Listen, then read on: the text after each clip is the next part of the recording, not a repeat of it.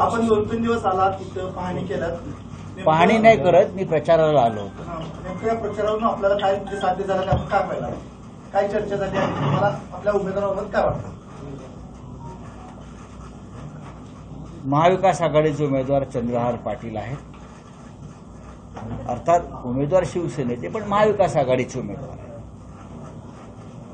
2 दिवस मी जवळजवळ सर्व विधानसभा मतदारसंघात गेलो. भेटीगाठी प्रमुख लोकांच्या झाल्या, जनतेशी झाल्या, संस्था, संघटना, अनेक घटकांशी चर्चा झाल्यावर एक गोष्ट स्पष्ट झाली. सांगलीमधून भारतीय जनता पक्षाचा खासदार या वेळेला निवडून जाणार नाही, याबाबत सगळ्यांचे एकमत आहे.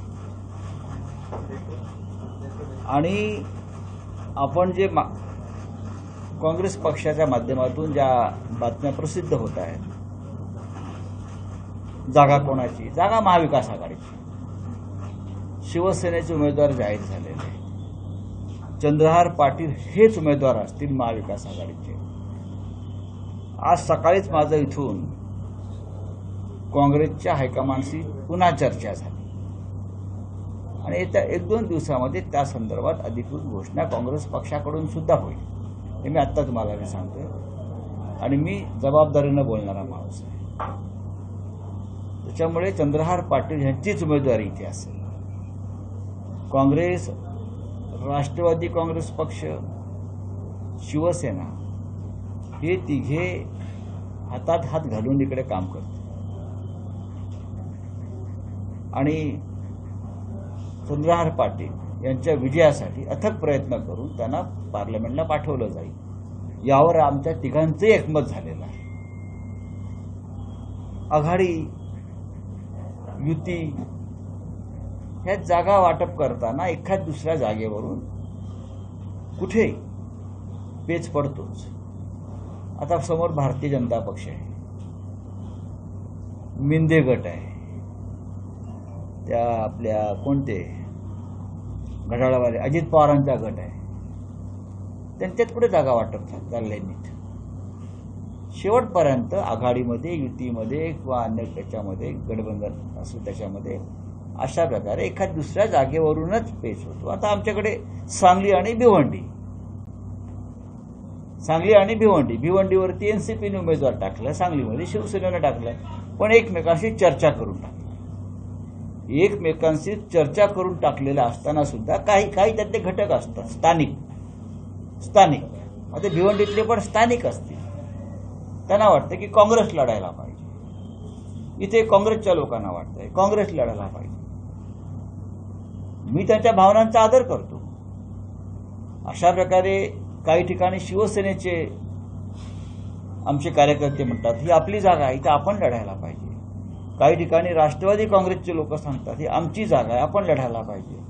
अशा वेळेला वरिष्ठांची जबाबदारी असते त्यांची समजूत काढणं आणि त्यांना प्रवाहात आणून प्रचाराला लागण्याचे आदेश देणं. हे सांगलीमध्येही होईल आणि भिवंडीमध्ये सुद्धा होईल. आणि सहमत आता सकाळीच बोलले की भिवंडी, सांगली आणि भिवंडी फ्रेंडली फाईट होईल, म्हणजे कोण आहे आणि सहमत? तुम्ही ओळखता? कोणत्या पदावर आहे तुम्ही सांगू शकता मला? मलाही प्रभारी असतील ना, असतील की. फ्रेंडली फाईटचा निर्णय घेण्या इतके ते मोठे नाहीत कोणीही, आम्ही सगळेच. फ्रेंडली फाईट ही महायुतीत, महाआघाडीत कोणत्याही एकत्र जेव्हा आपण लढतो तेव्हा फ्रेंडली फाईट हा अत्यंत घातक शब्द असतो. तेव्हा मला माहीत नाही कोण काय बोलतंय ते. सांगलीमध्ये काही लोकांनी मुद्दा काढला फ्रेंडली फाईट. मग अख्ख्या महाराष्ट्रात फ्रेंडली फाईट होऊ शकतात, कदाचित अख्ख्या देशात फ्रेंडली फाईट होऊ शकतात. हे कोणाला परवडणार आहे का? नाही. मार्ग काढणं हा त्याच्यावरचा मार्ग आहे. हा वाद कधी मिटण्याची शक्यता आहे? कारण प्रचाराला सुद्धा अवघे काही दिवस राहिले आहेत. नाही, 30 दिवस आहे, भरपूर दिवस आहे. म्हणजे मोदी आणि शहानी भरपूर दिवस दिलेले आहेत, कारण त्यांना प्रचाराला वेळ नाही म्हणून त्याने भरपूर दिवस आम्हालाही दिलेले आहेत. आज चंद्रपूरला मोदींचा सुद्धा दौरा आहे. असू द्या ना. चंद्रपूरला मोदींचा दौरा जरी असला तरी चंद्रपूरची जागा ही काँग्रेसकडे आहे. आणि मागच्या वेळेला एकमेव जागा काँग्रेसनं जिंकली होती आणि मला खात्री आहे यावेळी सुद्धा काँग्रेसच्याच प्रतिभाताई धानोरकर तिथे विजयी होणार आहे.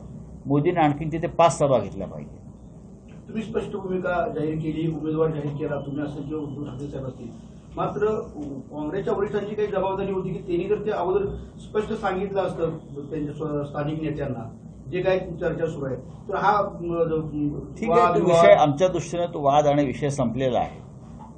काल माझी सांगलीतल्या सुद्धा प्रमुख काँग्रेस आणि राष्ट्रवादी काँग्रेसच्या नेत्यांशी चर्चा झाली.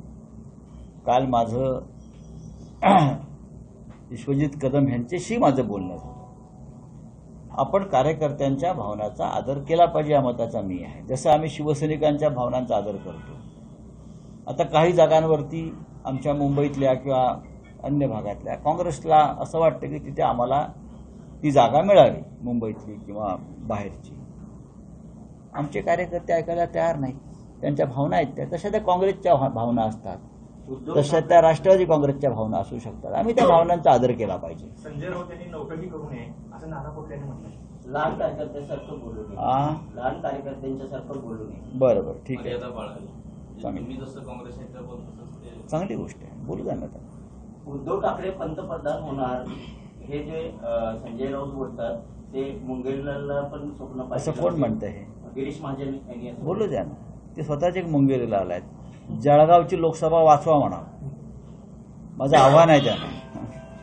आधी जळगावची लोकसभा वाचवा, जिथे आम्ही आमचा उमेदवार टाकला. आता जळगाव आतापर्यंत शिवसेना लढत नव्हती. जळगाव आतापर्यंत शिवसेना लोकसभा कधीच लढत नव्हती. या गिरीश महाजनला त्याची जागा दाखवण्यासाठी जळगाव आम्ही घेतला आहे आणि जळगाव लोकसभा आम्ही जिंकतो आहे.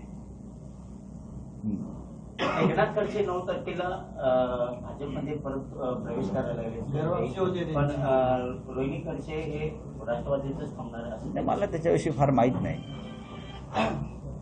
मला खरोखर त्यांच्या या भूमिकेविषयी माझ्याकडे माहिती नाही. अशा पद्धतीने पुन्हा त्यांची घरवापसी भाजपमध्ये जातात काय? मग काय खडसे साहेबांवरती जे आरोप भाजपनं केले होते किंवा भाजपने जे आरोप खडसेंवर केले होते त्या आरोपांचा आता कोणत्या ही वेगळी वॉशिंग मशीन आली आहे का? पक्षांतर्गत लोकांनी एकमेकांवरती केलेले आरोप धुवून काढण्यासाठी बाहेरचे ठीक आहे, काँग्रेस, राष्ट्रवादी, शिवसेनेकडून आलेल्या लोकांचे आरोप धुवून काढायचे, पण खडसे तर तुमचेच होते ना. त्यांनी फडणवीस यांच्यावरती केलेले आरोप किती गंभीर होते. लोकांना हळूहळू परत त्याचं स्मरण होईल. 2 दिवसाच्या दौऱ्यामध्ये काँग्रेस नेत्यामध्ये जी नाराजी होती ती समेट तुम्ही घडवू शकलाय का असं तुम्हाला वाटतंय का? उद्या कळेल ना, तुम्हाला कळेल. काँग्रेस हे प्रचारामध्ये सहभागी होते. स्वतः विश्वजित कदम, स्वतः विशाल पाटील, इकडले काँग्रेसचे सगळे नेते, पृथ्वीराज पाटील असतील, विक्रम सावंत असतील, हे सगळे इकडले जे प्रमुख काँग्रेसचे पुढारी आहेत, जुने काँग्रेसवाले आहेत, काँग्रेसचे कार्यकर्ते असतील, स्वतः जयंतराव पाटील हे त्यांच्या कार्यकर्त्यांना सांगतील, शिवसेना एकत्र काम करू आम्ही आणि इथे भारतीय जनता पक्षाच्या त्या विकृतीचा, हुकुमशाही प्रवृत्तीचा आम्ही पराभव करू. ठीक आहे. रात्री जयंत पाटील साहेबांना आपण भेटलाच अशी एक चर्चा आहे. भेट झाली का तुमची जयंत पाटील? तुम्ही माझ्या मागावरच होतात ना सगळं शेवटपर्यंत. साहेब, बेळगावच्या संदर्भात काय सीमावासी काल आपल्याला भेटले, नेमकं माझं असं म्हणणं आहे, निवडणूक आपण तिथे लढायला हवी. तिकडले मराठी माणसाचं संघटन आहे ते इकडे तिकडे सरकता कामा नये. कुठे भारतीय जनता पक्ष कायम मराठी माणसाच्या एकीकरण समितीत फूट पाडण्याची योजना आखत असते, कारस्थान करत असतं. अशा वेळेला प्रत्येक निवडणूक आपण मराठी माणूस म्हणून लढायला हवं, हे माझं म्हणणं आहे. आणि मी त्यांना सांगितलं की तुम्ही निवडणूक लढा, आम्ही प्रचाराला येऊ. चंद्रराव पाटील यांना मुंबईला घेऊन तुम्ही हेलिकॉप्टरनं मिटिंगला जाणार असं एक समजते, काय आहे? आणि महाराष्ट्रातल्या काही प्रमुख उमेदवारांची किंवा आज मुंबईमध्ये सांगली कोल्हापूर वासी जे मुंबईतले आहेत त्यांची बैठक आहे कार्यकर्त्यांची. त्यांना भविष्यामध्ये कोल्हापूर, सांगली, हातकणंगले इथून प्रचाराला उतरायचं आहे आणि त्या दृष्टीनं आजची आमचा मेळावा आहे. बारामतीमध्ये हाय व्होल्टेज ड्रामा सुरू आहे. अजित पवार गटामध्ये प्रचार प्रमुखच अजित पवार गटामध्ये गेलेले आहेत. राज्यामध्ये सुद्धा हेच चाललेलं आहे. नुसतं ओढाओढी खेचाखेची सुरू आहे. कसं वाटतं याकडे कसं बघताय साहेब आपण? कारण आता हे बोलणं गरजेचं आहे. कारण आता काल बबनराव गोलपांचा विषय होता. असे वेगवेगळे नेते जर चालले वेगवेगळ्या ठिकाणी जाऊ द्या ना, म्हणजे हे काय आम्हाला काहीच अडचण नाही गेल्याबद्दल. तुम्हाला काही अडचणी दूर झाल्या आमच्याकडल्या. संजय राऊत यांच्यावर प्रबंध लिहिण्याची गरज आहे असं राजू शेट्टींनी सांगितलं आहे. साहेब आजचा सामनाचा अग्रलेख मध्ये तुम्ही अतुल चव्हाण यांचं नाव माझ्यावरती प्रबंध लिहावं असाच मी माणूस आहे.